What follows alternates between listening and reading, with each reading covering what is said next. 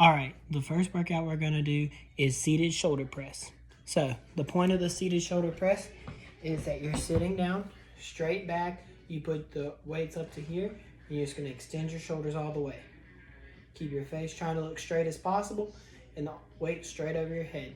So let's do it for 45 seconds.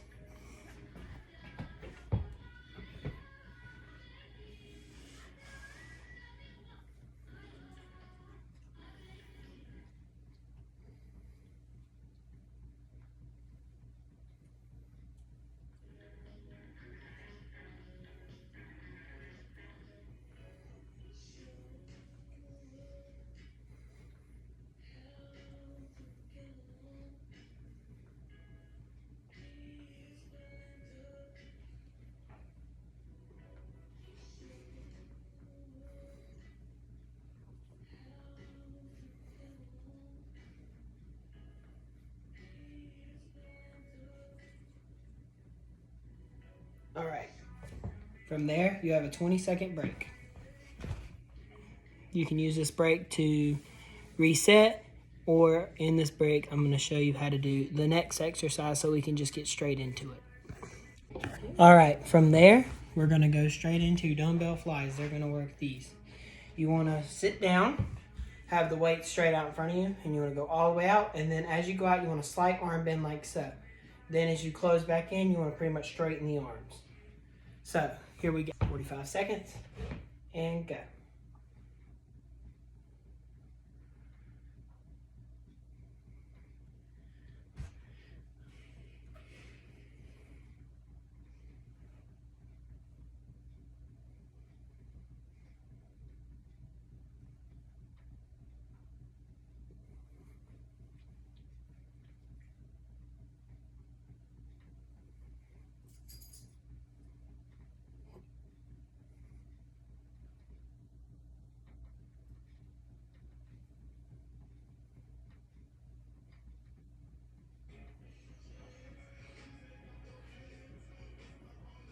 All right.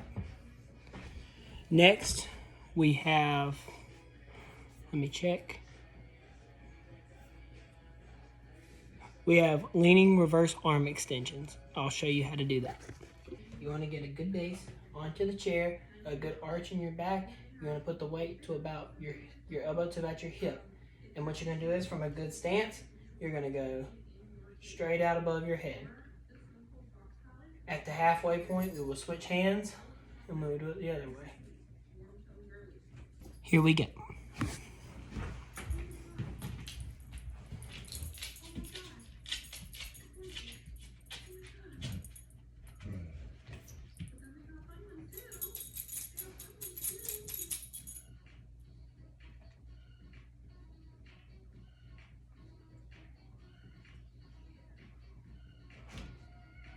All right, from this point, we're gonna switch. Same thing, other arm.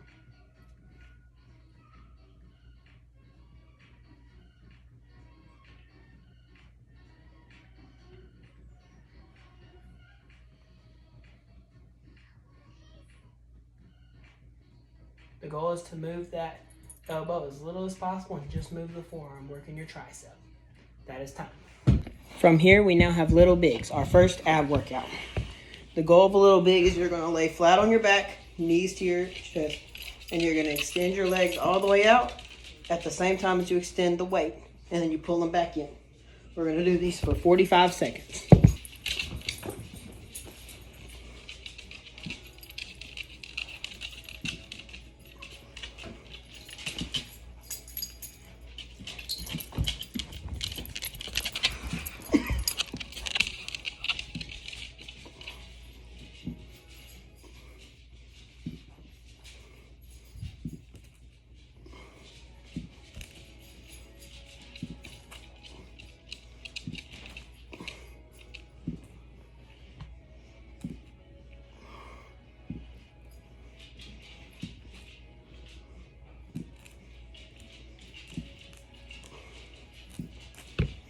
That's time. The goal on little bigs is to make sure your knees try to stay together as much as possible. I'm going to do one more just to make sure. If you didn't get it right the first time, it's okay. But here's how they should properly look.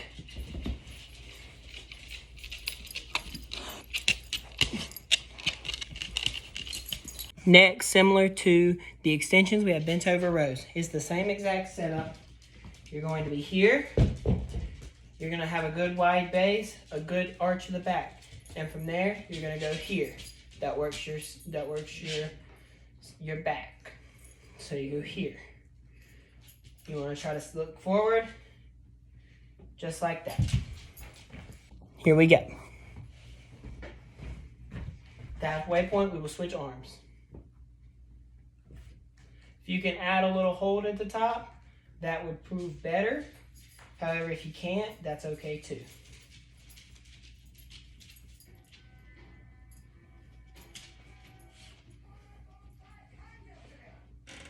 Switch arms.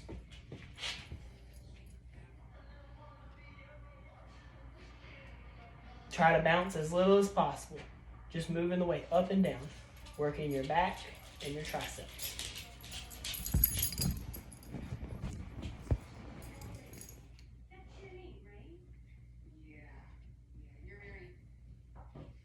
Time.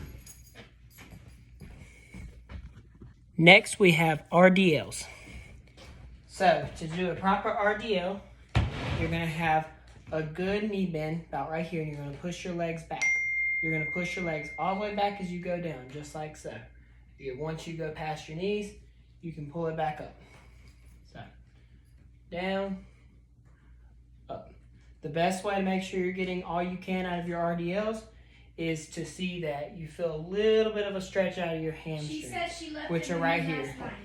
So, what we want to do is one more time, down, pushing our waist back, not bending our knees, we're pushing our hips backwards. So, down, up, and keeping that back straight the entire time.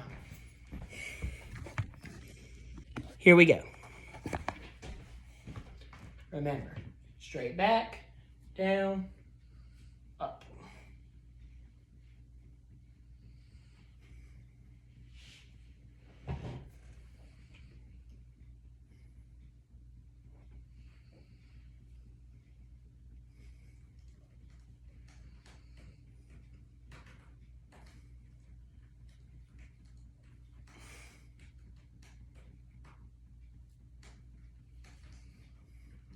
This should be a good, refreshing stretch for your hamstrings, but also is working them at the same time. Just make sure you're pushing your butt back, keeping those knees a little bit bent, going down as far as your hamstrings will let you, and stop. Next, we're going to do a dumbbell front raise. So the point of this is you're going to keep the dumbbells in front of you, arms straight. You're working these frontal muscles. So what we're going to do is we're going to go all the way up till we meet our shoulder line, and then back down. So one more time from the side angle. We're going to go all the way up toward your front line and then back down.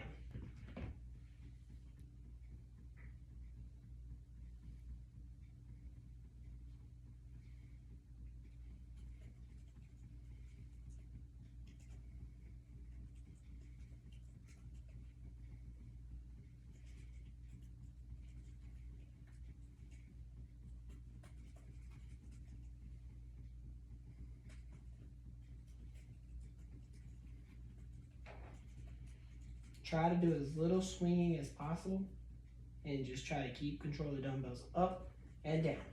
These are designed to burn a little bit because they're working the frontal muscles of your shoulders, which are often not as well worked. Time. On to our next workout. These are called Russian twist. You can do them elevated feet, or you can do them with your feet on the floor. You can do it with or without weight as well. But either way, you want a good bend to the back if your feet are on the floor, and if your feet are in the air, you want to find that balance point. What you want to do is you want to take the weight or your hands and touch each side.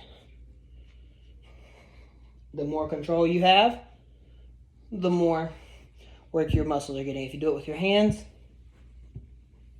I'll be doing it with the weight. You can do it with your hands if you'd like. Here we go.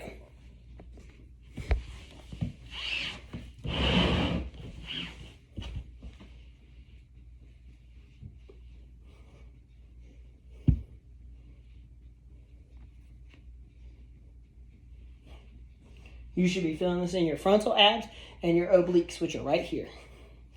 If you have a good bend to you, you should be feeling it immediately. If not, it's okay. You'll feel it tomorrow, I promise. If you're holding the weight, just make sure the weight is up and down.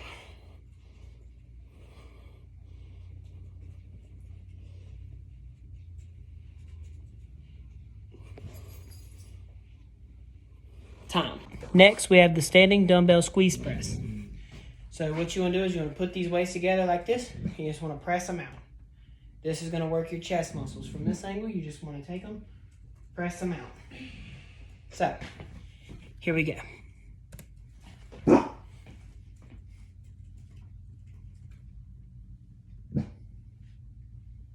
The tighter you keep your elbows, the better you'll work this workout. If you flare them out, you're getting less work on your chest and more on your arms. From the front, it should look like this. You want to try to press these dumbbells together. That's why it's called a squeeze press. You're pressing your muscles together as you go. You'll try to keep it right at your chest level, as you see me do a minute ago.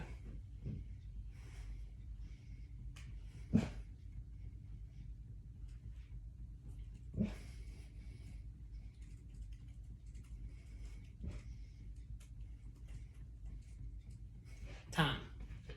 Next, we have one of my favorites, the overhead extension. This is working strictly triceps. So what you want to do is, you're going to take the weight, keep your elbows inward, like so. You want to take it behind your back like so. You're going to put your hands like so, hold it, and you're just going to press it upward. And keep your elbows in the entire time. Throughout this, if you do it plenty enough, just like calf raises, you'll feel the burn start right here. If you want to do it one hand, we can do it like this. Then we can switch. If you want to do it two hand, it's like I showed you before, down and up. For this video, I will be going one hand and switching halfway through. Hand on the chest, hammer, just like so. The goal is to take that weight right above your head.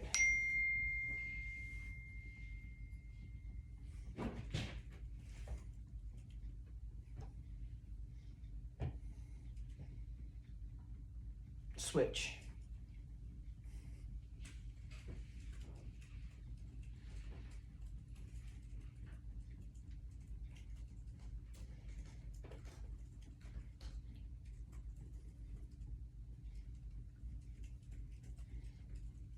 Now when you go down, it's just like this. Somebody's calling the house right now, and that is time. Next, we have bent over reverse dumbbell flies. So we're about to do something similar to this with our shoulders, so it's important that you can tell the difference. So what we're gonna do is, we got a good bend at the knees, push your butt out, and you're gonna have a straight back. You're gonna take your arms at a good bend like this. And what you're gonna do is, you're gonna go here, from the chest, out wide. And you're gonna keep the dumbbells flat. This is important, you keep the dumbbells going this way out, rather than this way. It works something different.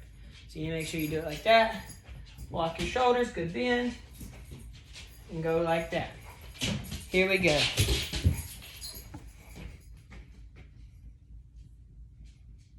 You want to keep your head at a neutral position to make sure you're getting the best stretch for your back. So you're gonna go there.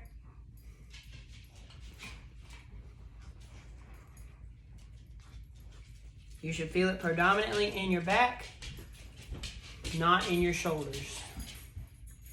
So you want to kind of keep those elbows tucked in. Keep them tucked.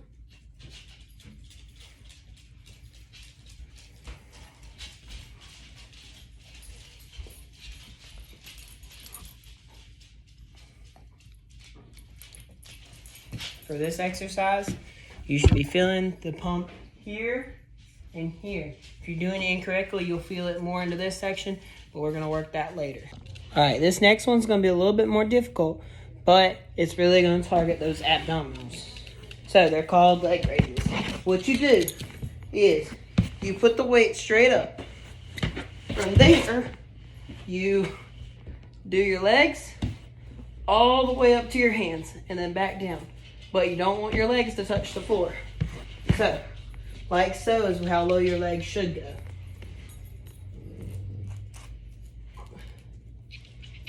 and you want to try to keep control of your legs the whole way through. So, here we go.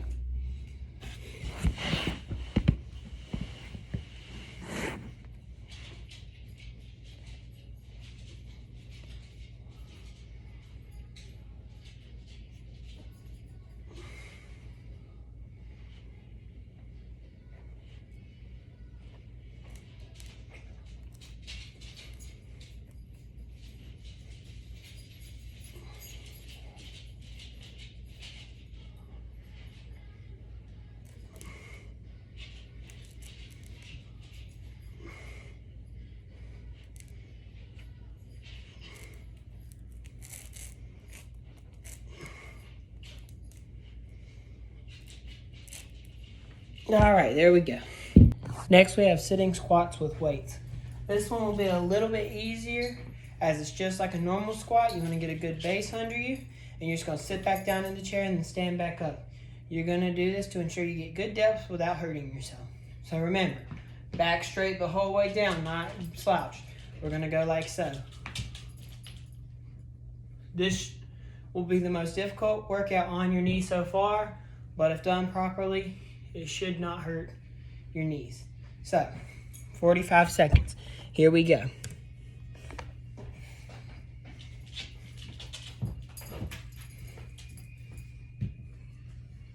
You just want to sit down at a straight angle. So your chest will push forward naturally. You can go as fast or as slow as you want. You can use a chair or you can use the couches. I'm going to pause for a second while you keep going. I'm going to move the chair to show you how it should look from the side angle. Straight back, sit into the chair. This works those quads and maybe a little bit of your lower leg muscles. A little bit on the hamstrings. They're perfect for a good leg workout. Time. Next, we have rear delt raises. These are going to be really painful and really tiring if you do them for a long time, so it's understandable if you need a break. Here's how they work. Just like the reverse delt flies, you're going to go down into a good position like so. But what's different is the positioning on the weights. Remember earlier I told you this is very important. You can't have the weights like this. You can't have too much of an elbow bend. You have a slight elbow bend, not how we kind of had it earlier. So this time you're going to have your arms a little bit more straight. You're going to have your pinkies outward. From there, you're going to do this.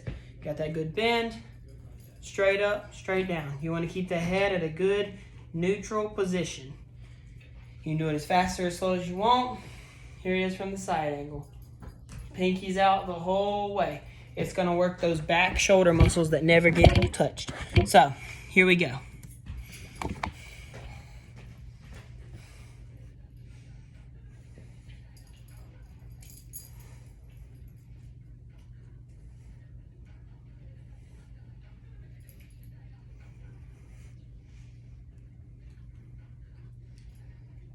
And have that good knee bend.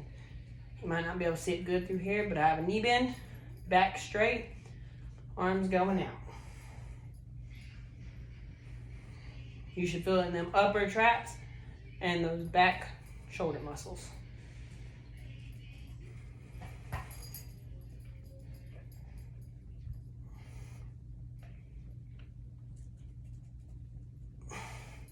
Whew, time.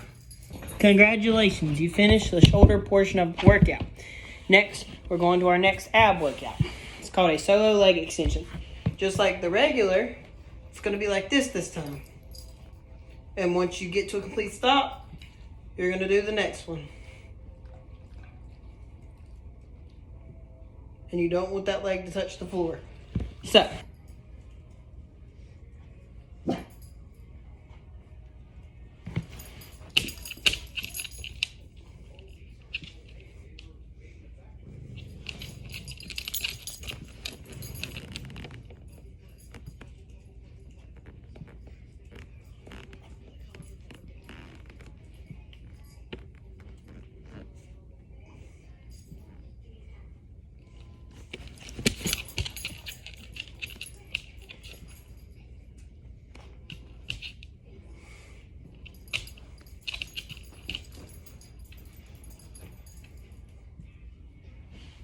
All right, there you go.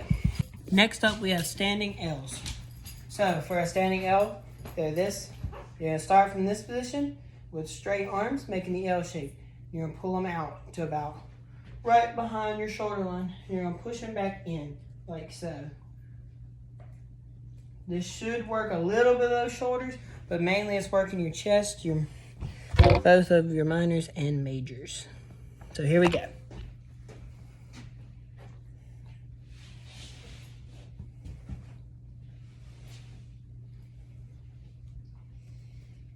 Try to make sure you're breathing through all parts of this. The more you breathe, the better.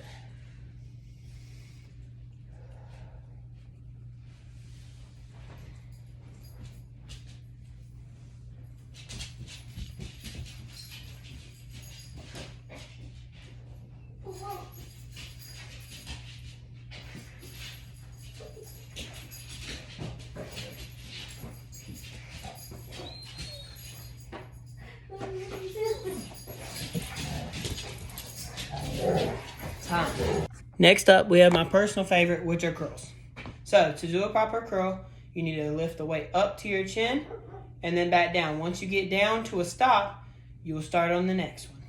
And then once that one touches back down, you'll do this one again. From the side, it will look like this.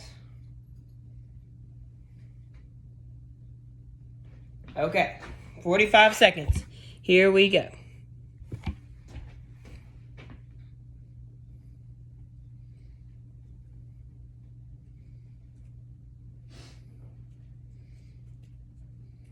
Another way to work the curl the best you can is just to keep them biceps activated by flexing them as you pull the weight up. This will work them more and ensure that it works. So you just want to keep pushing, and you just want to do what you can to make sure you're getting the most out of it. Make sure you're twisting those wrists on the way up. You can always curl like this, but it doesn't work the bicep as much as it does the forearm. So when you curl properly, you just want to twist those muscles, twist those weights, and keep going. Time. Next, we have another personal favorite of mine. They're shoulder shrugs. These are going to work your traps. So what you're going to do is, you're going to go like this. Keep your arms straight beside you, and you're just going to lift your shoulders like you're shrugging at someone. You're going to do it to the side. Here's how it looks from the side. So, 45 seconds. Here we go.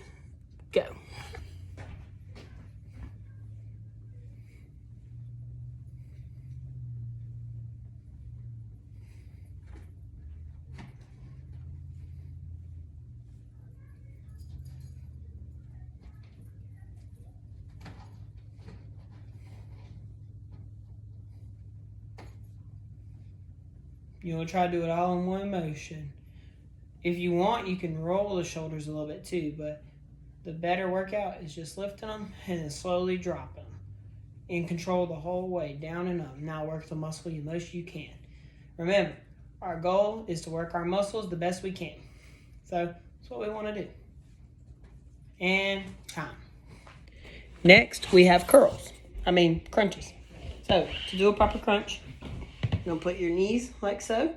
You're going to hold the weight or no weight, and you can do this. You're just going to lift up. You're going to do those for 45 seconds. Here we go.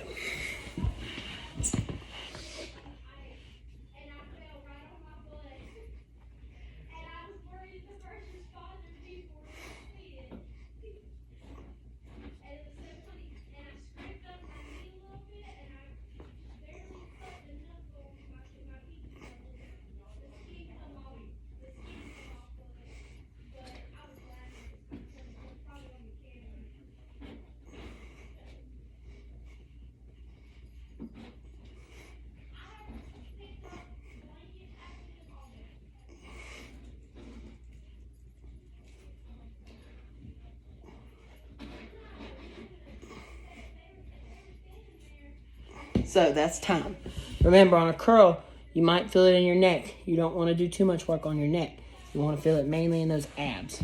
So make sure you're not slinging yourself either, because that can affect the curl. Next, we have 90s holds.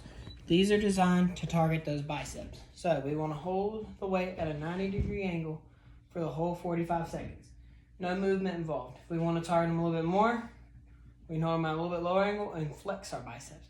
But 90 degrees with no flex is recommended. Straight back, straight/bent legs will do the trick.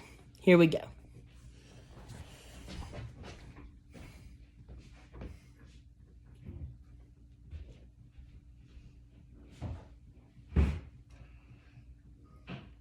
If we really want to work them, we can take our thumbs off and put them to the sides like so.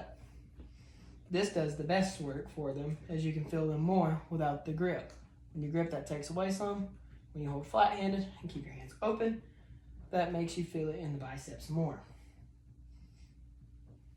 15 more seconds. Remember, straight back. Have a little bit of bend in your legs, don't really matter. But I would suggest straight, open hands, and lift. Time. Next, we have farmer's carries.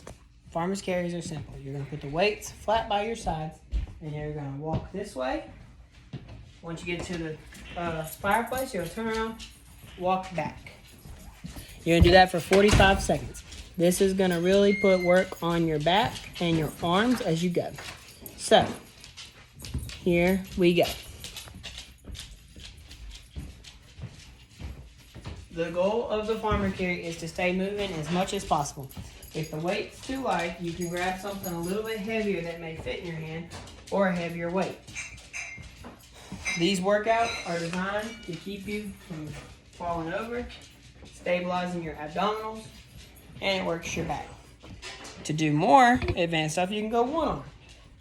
And you want to make sure your body stays as straight as possible with the farmer's carry. You don't want to lean. You don't want to lean. You want to keep it as straight as possible. Then after 2 or 3 down and backs with one arm, you can use the other arm.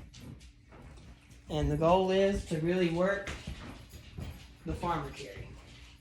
It's actually probably best to do one arm, but you can do 2 as well if you really want to just work both at the same time. But for stabilizing purposes, I would only work one at a time. Next, if you can handle this, we have leg resistant bands. So, we have 3 levels of bands. Gray, which will be your hardest. Orange, which is the easiest, but orange is starting to tear, so I might not use that one. And blue, which is the medium. This one's probably best for you. I will be using gray. So, how you do it is, you put it just slightly above your knees. It's going to work those inner leg muscles that usually don't get targeted. You're going to go here. You're going to be in a good squatted position, straight back, knees slightly bent. What we want to do is we want to step out, pause, and then back. Out, pause, and then back. And continue to work those inner thigh muscles here. You should be feeling a burn there because these rarely get worked in any workouts. So, here we go. Remember, side, pause, back. Side, pause, back. And remember, the goal is to keep that knee straight. These can be really good for assisting with your knee pain that you've been having as of late. You want to just try to keep that knee straight as possible.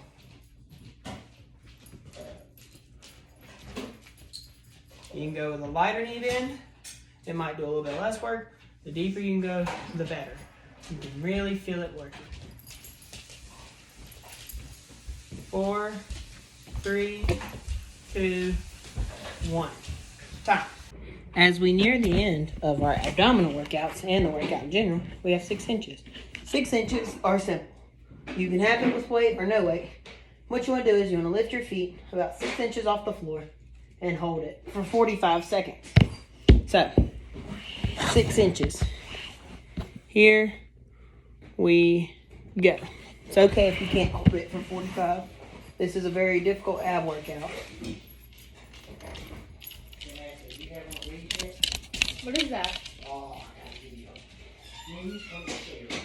The goal of 6 inches is to remain as still as possible with a flat back on the floor as you lift it. They're very good, and they're good for you. 20 more seconds. Try it. Never forget. These will activate your legs and your core as you go. It's okay if you begin shaking because it is a very difficult workout. Time. The last workout before moving to cardio is elevated calf raises. An elevated calf raise is a fairly simple workout in which you're just going to do stand on your tippy toes on something elevated. For this, I'm going to use the fireplace, but you can use something else if it's easier for you. You're going to have your feet hanging halfway off, and then you're just going to stand on your tippy toes and then back down. Repeat that process for the whole 45 seconds. So here we go. Elevated calf raises.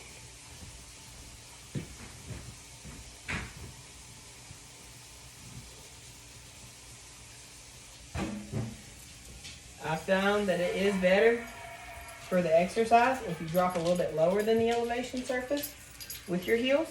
But if you want to try to keep it within the elevation surface, you can. And you just want to try to go as high as you can, as many times as you can. The more you hang off, the better the exercise is for your body.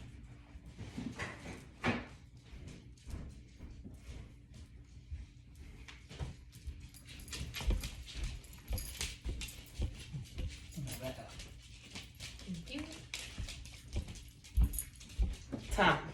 For our final ab workout, we get a pretty easy one. For this one, you're going to do butterfly kicks. Butterfly kicks are where you alternate your feet 6 inches in the air, just like you're walking on ground. You're going to do these for a full 45 seconds. Here we go.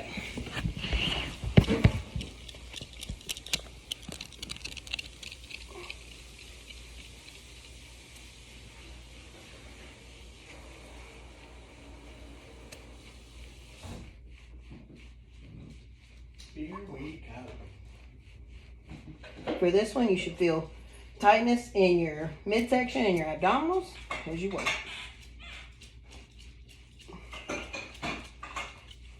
Fifteen more seconds.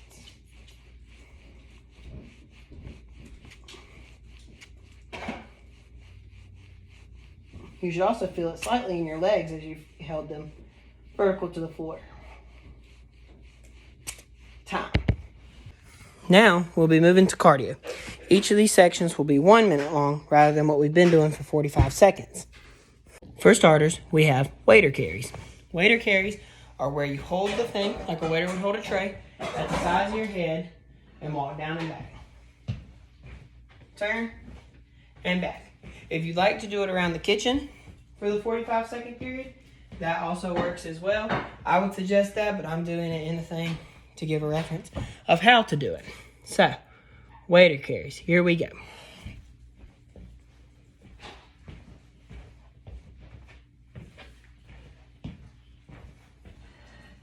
And then after 2 or 3 down and backs, we can go ahead and switch our hands. Maybe 2 or 3 laps, switch hands to really make sure you're working both sides of what you're doing.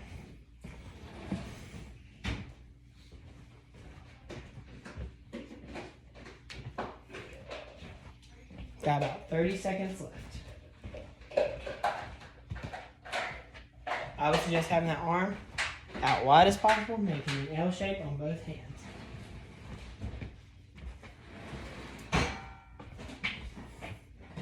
The more L that you have to your arm, more of a 90-degree angle you have with your elbows, the better the carry. The more we'll be activating those muscles. But the main part here is just to be moving. The fact that you have weight is just to add a little extra to it. Time. Next, we have farmer carries. Like I said before, you've already seen how to do a farmer carry. So we'll go right into it. Here we go. Once again, the main part of this is just making sure we can get as many steps as possible. If you want to go a little bit faster, you can. Especially if you're going in laps around the kitchen. It makes it a little bit easier. And it therefore get you more steps, which makes it more effective. We'll switch arms. We'll keep going. Just remember, you want to keep these shoulders on a flat plane as we walk. And we want to make sure we're getting as many steps in as we possibly can as we do the carry. If you want to switch arms a couple times, you need to. You need to make sure each arm's getting a pretty even workout. So I would keep track of those laps that you're doing to ensure you're getting that equal workout. It's the best way possible to do it. So if you do 2 laps around the kitchen with your right hand, do 2 laps with your left hand, vice versa. So that's a farmer carry. Time. Next, we have a jog in place. This one's pretty self-explanatory. You've jogged before. If you want to go around the kitchen, that also is fine. However, we are just going to do it in place. So remember, we just want to get good and active as we jog. We can jog as slow as possible, as fast as possible. A main goal we want to try to achieve here is good arm movement, because the more arm movement, the more likely for sweat and more energy being burned. And also, we want to try to get our feet off the floor. We don't want to do this because that keeps our feet on the floor. It's not using as much energy. We want to keep everything moving and getting everything off the floor. 30 seconds left. But the best way we can do this is ensuring that our feet are getting up.